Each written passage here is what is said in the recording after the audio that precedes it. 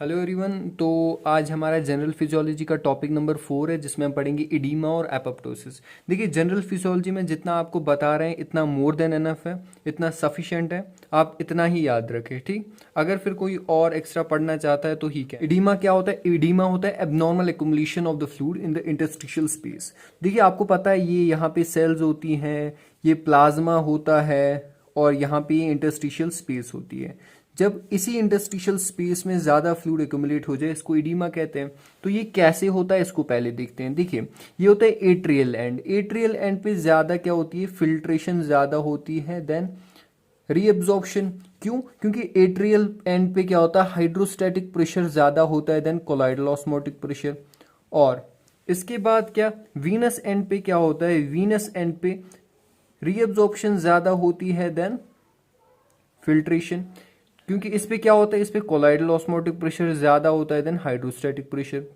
तो अब इन दोनों फिनोमेना के कारण इंटरस्टिशियल फ्लूइड में जो इंटरस्टिशियल स्पेस में जो फ्लूइड होता है वो कांस्टेंट होता है, ठीक। अगर किसी वजह से ये हाइड्रोस्टैटिक प्रेशर बढ़ जाए या ये कोलाइडल ऑस्मोटिक प्रेशर घट जाए, तो इन दोनों रीजंस के कारण क्या हो सकता है? इडीमा हो सकता है। पहला क्या? हाइड्रोस्टैटिक प्रेशर का ज्यादा हो जाना। दूसरा क्या? कोलाइडल ऑस्मोटिक प्रेशर का कम हो जाना। इनके कारण क्या हो सकता है? इंटरस्टिशियल स्पेस में ज्यादा फ्लूइड एक्युमुलेट हो सकता है, जिसको हम एडीमा कहते हैं, ठीक।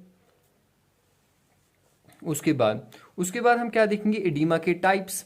तो एडीमा दो टाइप्स का होता है। एक तो होता है पिटिंग एडीमा, दूसरा होता है नॉन पिटिंग एडीमा। तो देखिए, पिटिंग एडीमा में क्या होता है? मान लीजिए यहां पे एडीमा है, तो अगर आप यहां पे ऐसे प्रेस करते हैं तो जो फ्लूइड होता है वो क्या, वो डिस्प्लेस हो जाता है अपने यहाँ से, और यहाँ पे एक पिट लाइक बन जाता है, ठीक। यहाँ पे एक पिट लाइक बन जाता है। इसको हम क्या कहते हैं? Pitting edema. तो हमने इसमें यही कहा, pressing the affected area displaces the fluid leaving a pit. और नॉन पिटिंग एडीमा क्या होता है? ये कंप्रेसिबल नहीं होता है। एडीमा आपको समझ आया। इसके बाद हम क्या देखते हैं? इसके बाद हम देखते हैं एपोप्टोसिस। तो देखिए, एपोप्टोसिस बहुत ही इंपॉर्टेंट टॉपिक है जनरल फिजियोलॉजी में। एपोप्टोसिस को हम प्रोग्राम्ड सेल डेथ भी कहते हैं।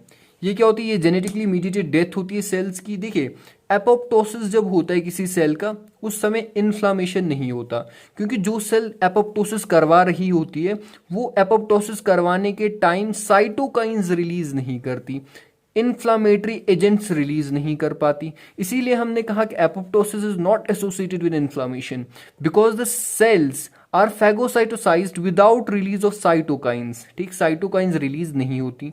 अब एपोप्टोसिस के लिए हमारे पास तीन पाथवे होते हैं। एक तो होता है इंट्रिंसिक पाथवे, जिसको हम माइटोकॉन्ड्रियल पाथवे भी कहते हैं। दूसरा होता है एक्सट्रिंसिक पाथवे, और तीसरा और आखिरी कौन सा होता है? परफोरिन या ग्रेन्जाइम पाथवे। देखिए, इन तीनों पाथवे को हम समझते हैं। जो इंट्रिंसिक पाथवे होता है, इंट्रिंसिक पाथवे में क्या होता है? मान लीजिए इस सेल का हमें कराना है एपोप्टोसिस, तो इस सेल को स्टिमुलस मिलता है बाहर से कि तुम्हारा एपोप्टोसिस होना है। ये कहता है तो अब मुझे क्या करना है? इस सेल को कहा जाता है कि तुम्हारे अंदर तुम शुरू करो intracellular events, series of intracellular events. तो सीरीज ऑफ इंट्रासेल्यूलर इवेंट्स शुरू हो जाती है इस सेल में। इसके अंदर इन्हीं सीरीज ऑफ इंटरसेल्यूलर इवेंट्स में जो माइटोकॉन्ड्रिया होता है, उस माइटोकॉन्ड्रिया की जो मेम्ब्रेन होती है उसका लाइसिस हो जाता है, disruption of the mitochondrial membrane. जिसके कारण क्या होता है? इस माइटोकॉन्ड्रिया से कुछ प्री एपोप्टिक फैक्टर्स निकलते हैं, जिनके निकलने के कारण क्या हो जाता है? एपोप्टोसिस हो जाता है। तो देखिए, सबसे पहले सेल को स्टिमुलाई दी जाती है कि अपने अंदर सीरीज ऑफ इंट्रासेल्यूलर इवेंट्स शुरू करो। उन्हीं सीरीज ऑफ इंट्रासेल्यूलर इवेंट्स में एक होता है डिसरप्ट करो अपनी माइटोकॉन्ड्रियल मेम्ब्रेन को, जिससे तुम्हारे अंदर के प्री एपोप्टिक फैक्टर्स रिलीज हो जाए और तुम्हारा एपोप्टोसिस हो जाए। समझ आया इंट्रिंसिक पाथवे या माइटोकॉन्ड्रियल पाथवे। इसके बाद हमें क्या पढ़ना है? Extrinsic pathway. तो देखिए, एक्सट्रिंसिक पाथवे में सेल की मेम्ब्रेन पे क्या होते हैं? कुछ रिसेप्टर्स, कुछ ट्रांस मेम्ब्रेन रिसेप्टर्स होते हैं। सेल की मेम्ब्रेन पे कुछ ट्रांस मेम्ब्रेन रिसेप्टर्स होते हैं ट्यूमर नेक्रोसिस फैक्टर फैमिली के।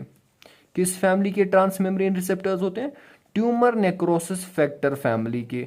जब इनका एक्टिवेशन होता है, इन ट्रांस मेम्ब्रेन रिसेप्टर्स का जब एक्टिवेशन हो जाता है, तो इसके एक्टिवेट होने से सेल के अंदर होता है फॉर्मेशन डिस्क का।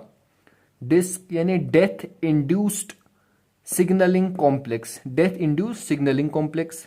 क्या कहा हमने कि क्या होता है, सेल की मेम्ब्रेन पे होते हैं ट्रांस मेम्ब्रेन रिसेप्टर्स, उनका जब एक्टिवेशन होता है उसकी एक्टिवेशन के कारण सेल में प्रोड्यूस होते हैं डेथ इंड्यूस सिग्नलिंग कॉम्प्लेक्स जो एपोप्टोसिस करवाते हैं।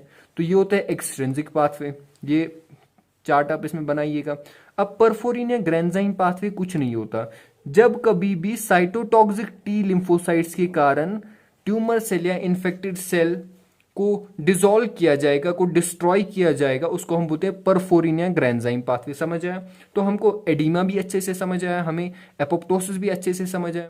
इसी के साथ हमारा जनरल फिजियोलॉजी का टॉपिक नंबर 4 भी कंप्लीट होता है। ये हमारा आखिरी टॉपिक था जनरल फिजियोलॉजी का।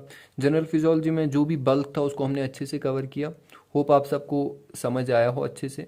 अब नोट्स आपको टेलीग्राम चैनल पे मिल जाएंगे। हमारी चैनल को ज़्यादा से ज़्यादा सब्सक्राइब कीजिए ताकि हमारी चैनल ग्रो कर सके और हम ज़्यादा से ज़्यादा स्टूडेंट्स की हेल्प कर पाए। Thank you.